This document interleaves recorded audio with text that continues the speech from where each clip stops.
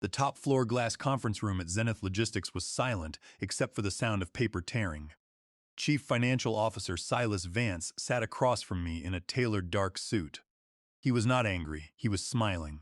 He took my proposed contract renewal, grabbed it with both hands, and ripped it clean down the middle. He folded the paper across itself and tore it into 4 sharp pieces. Then, without taking his eyes off mine, he dropped the shredded white paper into the black plastic trash bin sitting beside his leather chair. The sound of those papers hitting the empty bottom of the bin echoed off the glass walls. "You are an overpaid leftover from an older era," Silas said. His voice was smooth, relaxed, and entirely cold, "and your salary is no longer in our budget. I am 54 years old. My name is Elias Thorne, and for 19 years I have been the lead automation engineer at Zenith Logistics. I built the physical and digital backbone of this company with my own hands. But to Silas Vance, who arrived 6 months ago to trim costs, my 19 years of labor meant absolutely nothing." "We are moving in a fresh direction," Silas continued, leaning back in his expensive leather chair. "Starting today, your position is eliminated. Julian Pierce will step into the role of Executive Director of Automated Operations." I knew Julian very well. He was 29 years old, wore custom dark blazers, and held a new degree from an elite business school. He was the personal mentee of Silas. He had never wired a physical circuit board, coded an industrial logic tree, or stepped onto an active factory floor in his entire life. "Julian brings modern vision," Silas said smoothly. "He understands high-level efficiency and cost compression. He does not get bogged down in technical paranoia like you do, Elias." Silas slid a single sheet of paper across the dark mahogany table toward me. It was a formal notification of termination. "I am offering you 2 choices today," Silas said, his smile tightening. "Option 1. Sign this termination notice right now. Pack your personal items and leave immediately with 0 severance. Option 2. Accept a demotion to a basic Level 1 line technician at our regional sorting depot. That role pays 60% less but keeps your basic medical benefits." He was handing me a choice between public humiliation and total economic execution. He expected me to cry, raise my voice, or beg for my 19 years of service. I did not yell, I did not shake, I did not even blink. I looked at the shredded pieces of my contract sitting in his trash bin. Then I looked up at Silas Vance.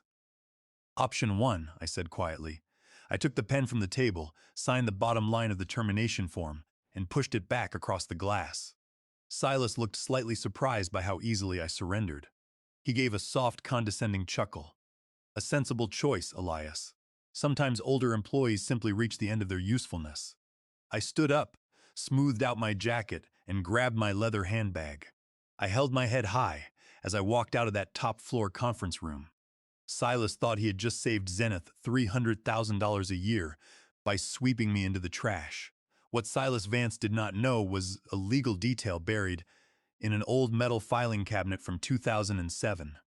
Back when Zenith was just a tiny, struggling startup working out of a rented garage, I did not work for them as an employee. I worked as an independent contractor. And in that original contractor agreement, I secured full personal legal ownership over all 14 baseline automation patents that powered the entire nationwide system of Zenith Logistics. When I walked out into the cool morning air of the corporate headquarters parking lot, my hands were not shaking. I took a deep breath, unlocked my car, and sat silently in the driver's seat. To understand why I remained so completely calm, you have to understand who I am, what I built, and how Zenith Logistics actually works. My name is Elias Thorne. For nearly 2 decades, my life revolved around 2 main things: raising my son as a single father and building the physical infrastructure of Zenith from the ground up. I raised my son Liam entirely on my own. When my wife passed away suddenly 19 years ago, Liam was only 3 years old. I was left alone with a heavy mortgage, a mountain of medical bills, and a little boy depending entirely on me. I did not have the luxury of giving up or feeling sorry for myself. I took my deep background in electrical engineering, mechanical systems, and software design and went to work as an independent freelance consultant. In 2007, a tiny logistics company named Zenith hired me to build their very first automated package sorting framework. At the time, they were operating out of a small leased warehouse with barely enough capital to meet weekly payroll. They could not afford to pay my standard engineering rates up front. So, we made a unique legal agreement. I agreed to work at a discounted hourly rate on one strict condition. I would retain complete sole intellectual property ownership over every patentable technology, code architecture, and mechanical design I developed during that initial build-out. Zenith was granted a limited conditional license to use my inventions commercially, but only under specific terms. One of those explicit terms was that the commercial license remained active only while I was actively employed by the company or working under a separate signed licensing deal with them. And over the next 19 years, Zenith exploded into a massive corporate empire. They opened 40 huge automated distribution centers across the entire country. They processed over 2 million package shipments every single day. Major retail chains, global shipping companies, and pharmaceutical distributors relied on the system to keep their supply lines running without delays. And every single piece of that vast national network ran directly on my inventions. I designed the fast mechanical conveyor, switching mechanisms that redirected heavy packages in milliseconds without jamming. I wrote the core software routines that controlled the sensor arrays, preventing terrible machinery collisions. I developed the custom cryptographic security protocols that allowed central server computers to talk directly to warehouse machinery in real time. 14 distinct foundational patents made up that entire operational system. They covered everything from real-time speed controls to hardware diagnostic checks. Every single patent was registered under my full legal name, Elias Thorne. When Zenith grew into a public corporation 12 years ago, the corporate legal department was rushed, sloppy, and focused on executive bonuses. They offered me a full-time position as lead automation engineer. They blindly assumed that converting me to an employee automatically transferred all past work to the corporation, but they never paid off my original contract. They never drafted an intellectual property transfer agreement. They never had me sign away my legal rights to my past work. My original 2007 contractor agreement remained active, quietly sitting in official county records and federal patent databases. For 19 years, I saw no reason to make a fuss about it. I loved my work. I took quiet pride in keeping the company's systems running at 99% efficiency. I let top executives in expensive suits give fancy slide presentations to corporate investors, taking credit for the state-of-the-art proprietary network. I did not care about public praise or corporate titles. I cared about doing my job well, keeping my home secure, and ensuring my son could finish his final year of medical school without carrying hundreds of thousands of dollars in debt. Every single year, out of my own personal bank account, I paid the small legal maintenance fees to the United States Patent and Trademark Office to keep all 14 federal patents active and in good standing under my name. I kept those official ownership certificates stored safely in a digital vault and a fireproof safe in my house. Silas Vance thought he was stepping into a modern corporation where everything belonged to the executive board. He thought I was just an old, tired man who could be thrown away without consequences. He did not know that by tearing up my contract and throwing me out the door, he had just started a silent 30-day countdown clock. In 30 days, the legal right of Zenith to use my 14 patents would completely expire, and there was nothing he could do to stop it.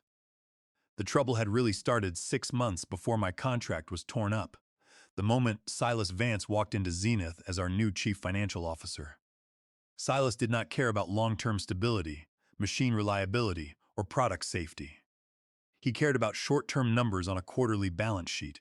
His explicit mission was to cut company operating costs by 30% across the board. He wanted to make Zenith look wildly profitable on paper. So, the board of directors would grant him millions of dollars in performance stock options. To enforce his plan, Silas hired 29-year-old Julian Pierce as our new head of operations. Julian was the personal golden boy of Silas. He arrived at our facility wearing designer suits, carrying an expensive leather briefcase, and talking constantly about modern business frameworks he had learned in his business program. Julian had never built a physical machine in his life. He had never seen how metal gears wear down under extreme friction or how high-voltage motors overheat when pushed past their factory limits. But within his first 2 weeks on the job, Julian decided that my automated sorting systems were running far too slowly. "We are leaving money on the table every single minute," Julian announced during a high-level manager meeting. He paced around the glass room, gesturing at a digital display screen. "If we increase the conveyor belt speed by 40% across all 40 centers, we can increase our daily shipping volume by over 800,000 packages. That instantly adds millions of dollars to our bottom line." I sat at the end of the table and calmly raised my hand. "Julian," I said in a quiet, measured voice, "the system speed is carefully calibrated to physical limits. If you push the mechanical diverter arms 40% faster, the metal frames will suffer severe thermal stress." And Julian chuckled softly and shook his head, looking around the room as if I had said something silly. "Elias, you belong to a different generation of work," he said, smirking at the junior managers sitting around us. "You older engineers always hide behind conservative caution. Modern corporate growth requires taking bold risks. Numbers do not lie, and my spreadsheet says the machines can handle it." Over the next month, Julian used his executive administrative access to override my carefully balanced operating parameters. He forced the conveyor belts, mechanical sorting arms, and digital scanners across all 40 nationwide distribution facilities to run at maximum capacity, far beyond safe operational limits. Immediately, the warnings began flooding into my computer terminal. I saw electric motors heating up to dangerous temperatures. I saw mechanical bearings wearing down at 3 times their normal rate. I saw micro-stutters in the communication protocols between our central servers and the local machinery. Every single day, I wrote clear, detailed warning reports. I documented the rising heat levels, the structural fatigue in the sorting assemblies, and the exact risk of a catastrophic core software lockdown. I sent every single report directly to both Silas Vance and Julian Pierce through official corporate email. Instead of reviewing my technical data, Silas called a mandatory senior staff meeting 2 weeks before my termination. In front of 30 senior directors and managers, Silas put my warning email up on the main projection screen. He pointed at my signature on the screen and laughed aloud. "This is what fear looks like, team," Silas announced to the entire room. "Elias Thorne is an overly cautious dinosaur who is actively holding back modern corporate growth. He is terrified of modern high-speed technology because he does not understand it." Julian joined in, making light jokes about my age and calling my safety warnings outdated paranoia. Junior managers laughed along, anxious to stay in the good graces of the chief financial officer. I sat in my chair, kept my hands flat on the table, and said nothing.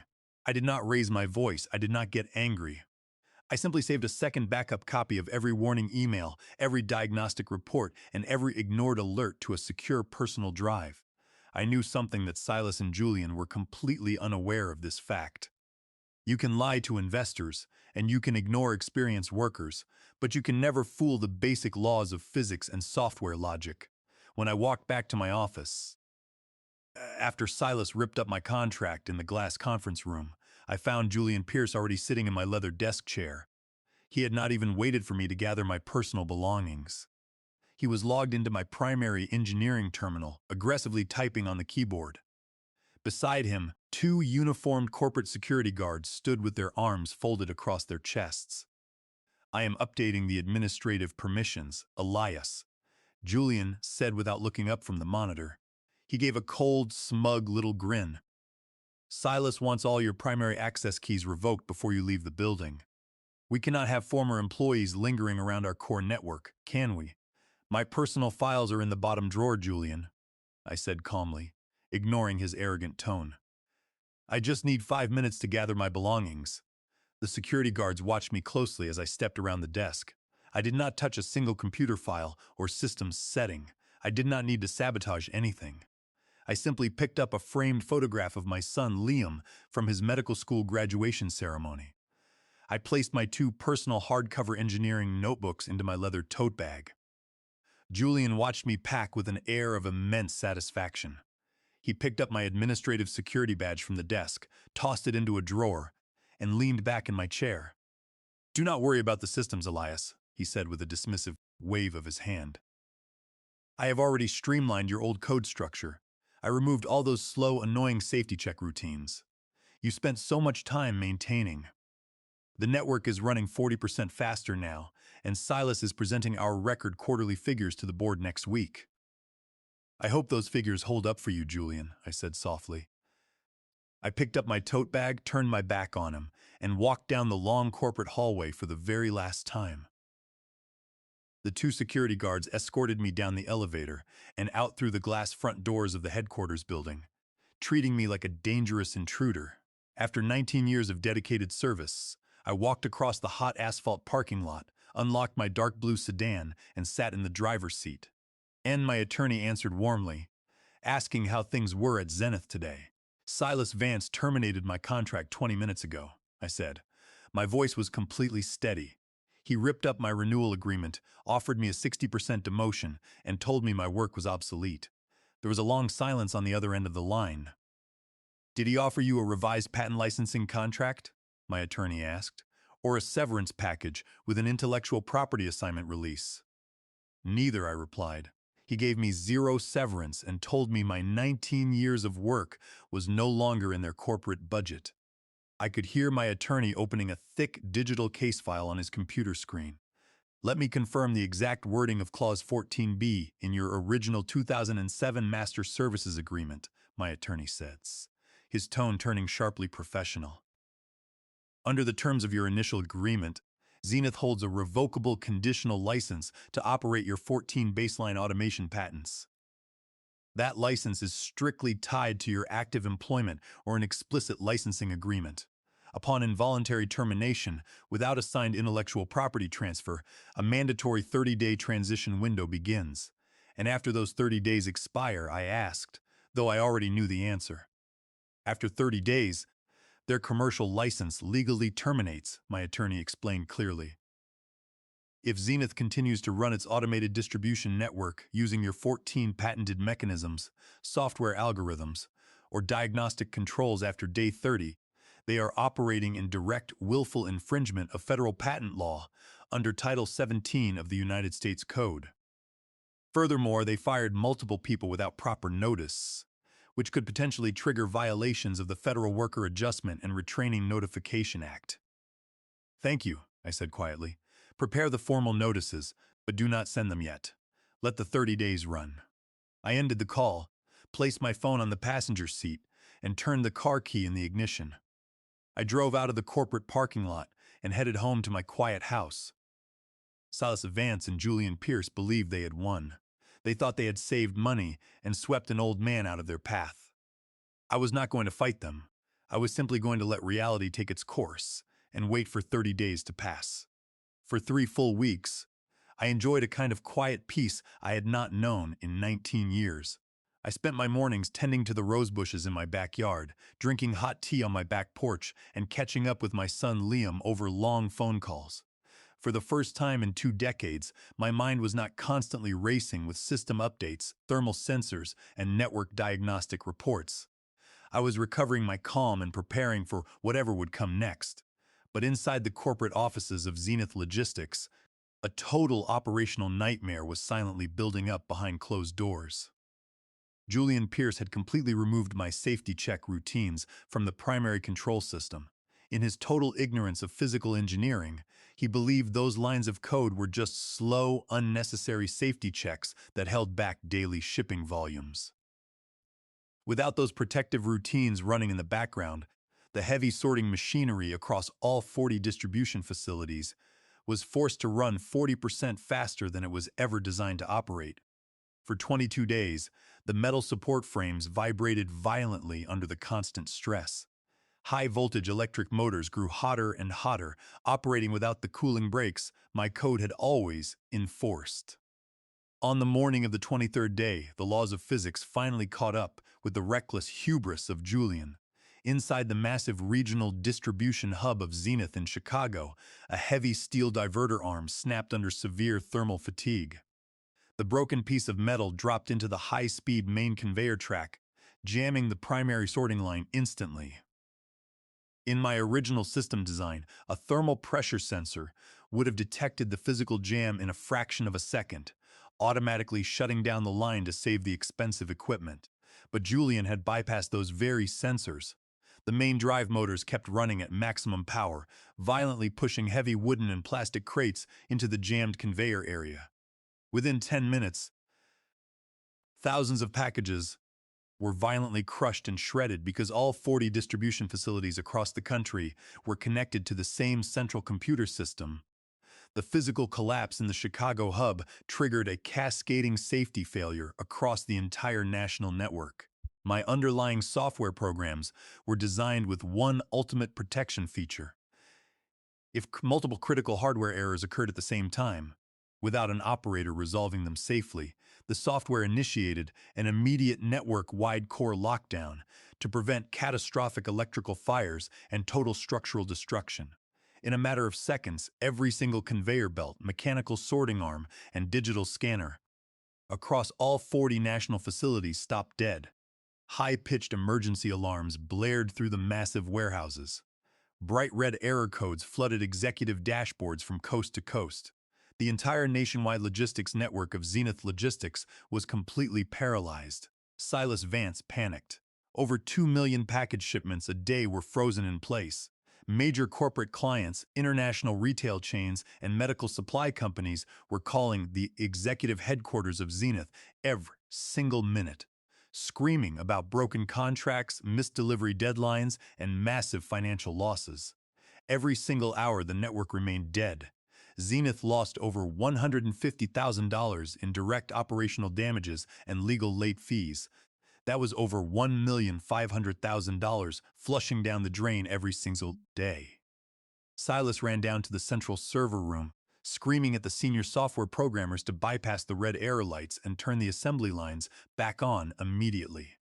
Julian stood right beside him, pale, sweating, and staring blankly at a wall of flashing red diagnostic screens. The lead software programmer turned around from his workstation and looked Silas dead in the eye. "We cannot override this lockdown, Silas," the programmer said flatly.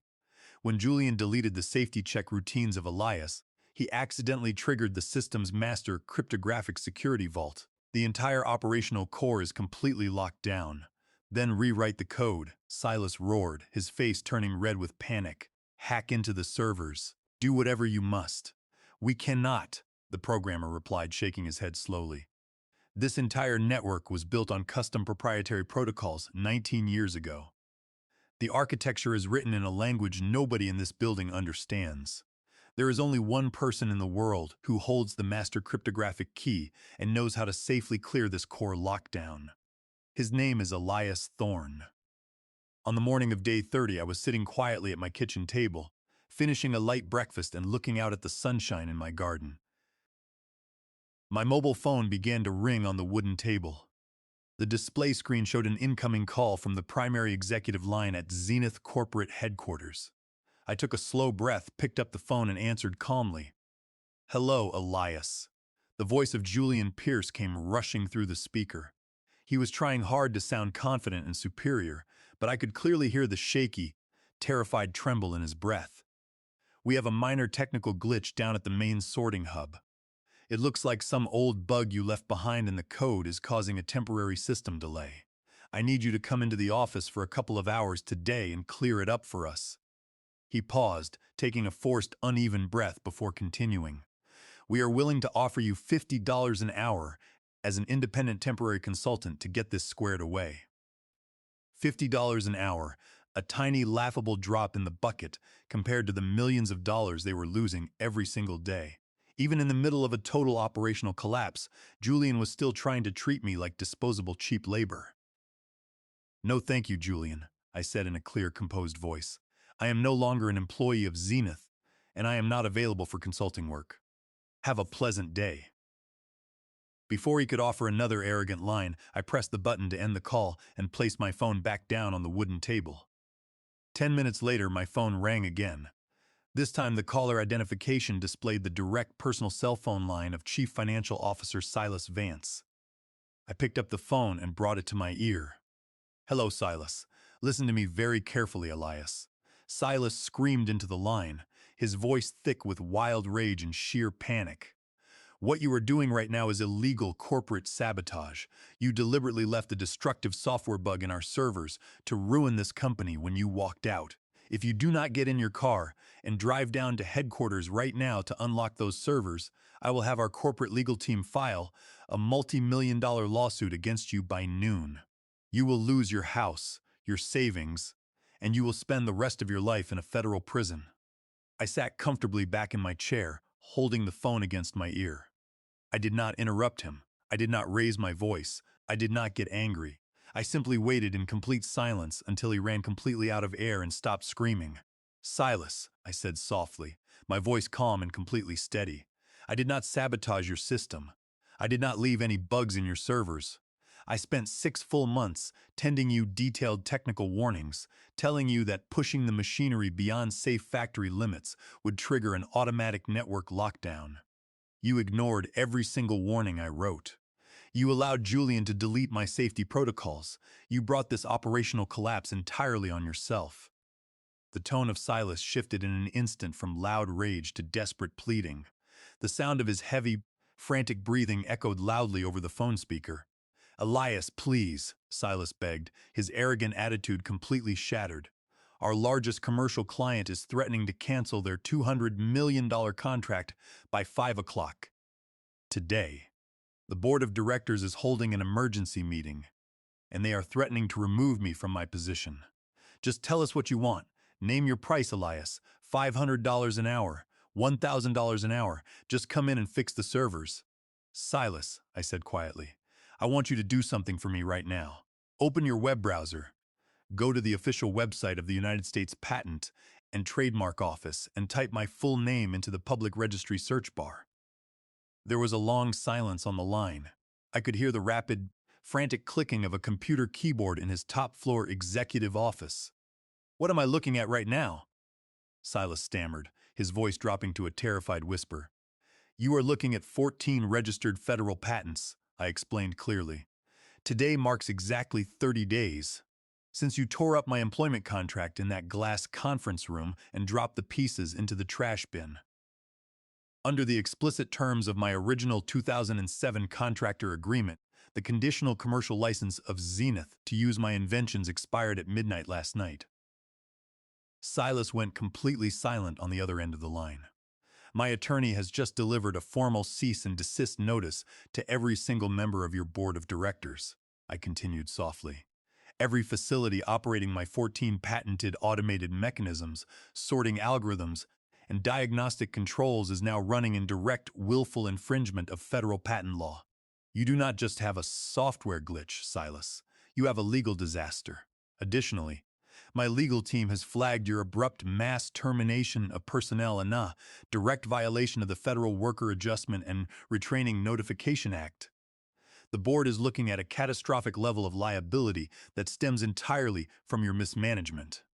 Without waiting for his response, I quietly hung up the phone. At 2 o'clock on Saturday afternoon, the board of directors of Zenith convened an emergency virtual meeting. The board chairman, a stern man named Arthur Pendleton, led the call. All 12 corporate board members, along with the senior legal counsel of the company, were present on the video screen. Silas Vance was also on the call, sitting in his executive office with sweat pouring down his pale face. Silas had spent the first 20 minutes of the meeting spinning a desperate web of lies. He claimed that I was a disgruntled former employee who had deliberately hidden corporate assets. He insisted that I had locked the company servers out of personal malice and was attempting to extort Zenith for millions of dollars. Then the board chairman unmuted his microphone. "We have added Elias Thorne to this video conference," the chairman announced coldly. "Elias, thank you for joining us. You have heard the account of the situation from Silas. What do you have to say?" I sat in my home office wearing a simple navy blazer. My camera was on and my background was completely neat and quiet. I did not sound emotional, bitter, or flustered. "Thank you, Mr. Chairman," I said in a clear, measured voice. "Instead of offering opinions, I would like to share my screen and present 4 official documents for the board to review." I clicked a button and brought up my primary screen display. "Document number 1, I began softly.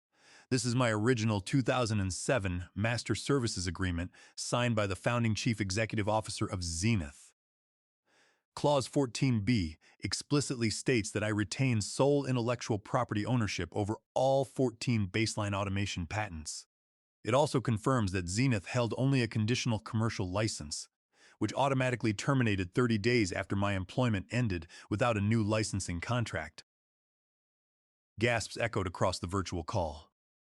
Two board members leaned forward, staring in shock at the legal document displayed on their screens. Document number 2, I continued calmly, switching to the next window. These are 14 active federal patent certificates from the United States Patent and Trademark Office. Every single patent is registered under my legal name, Elias Thorne. All federal maintenance fees have been paid out of my personal bank account for 19 years. The face of Silas turned completely ghostly white on his video camera feed. He opened his mouth to interrupt, but the chairman slammed his hand down on his desk. Silence, Silas. Let him speak. Document number 3, I said quietly, opening a detailed folder of emails. Over the past 6 months, I sent 24 written technical warnings to both Silas Vance and Julian Pierce. I warned them that forcing the conveyor machinery past safe operating limits would cause severe structural fatigue and trigger an automatic cryptographic network lockdown.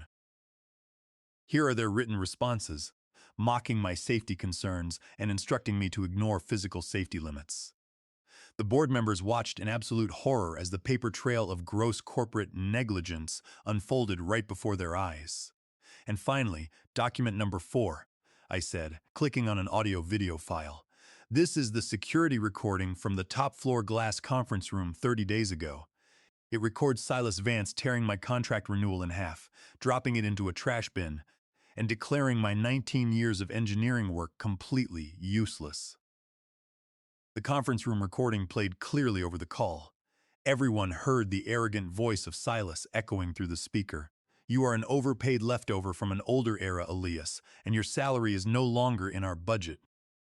When the video ended, the silence on the call was terrifying. The chairman turned his eyes towards Silas Vance on his screen. His voice was shaking with pure fury. Silas, you have exposed this corporation to hundreds of millions of dollars in direct legal liability, destroyed our national supply network, and lied to this board. You have also potentially forged internal documents regarding the mass terminations to bypass the Federal Worker Adjustment and Retraining Notification Act, which constitutes criminal forgery. Without even taking a formal vote delay, the chairman made an immediate motion. In less than 2 minutes, the board voted unanimously to fire Silas Vance for gross breach of fiduciary duty, stripped him of all stock options, and directed security to escort Julian Pierce off corporate property immediately. The chairman then looked directly into his camera at me. Elias, on behalf of the board, I apologize for the shameful way you were treated. What are your terms to save this company from total bankruptcy? I took a deep breath, looked directly at the video camera, and delivered my terms in a calm, completely non-negotiable voice. My terms are very straightforward, Mr. Chairman, I said clearly.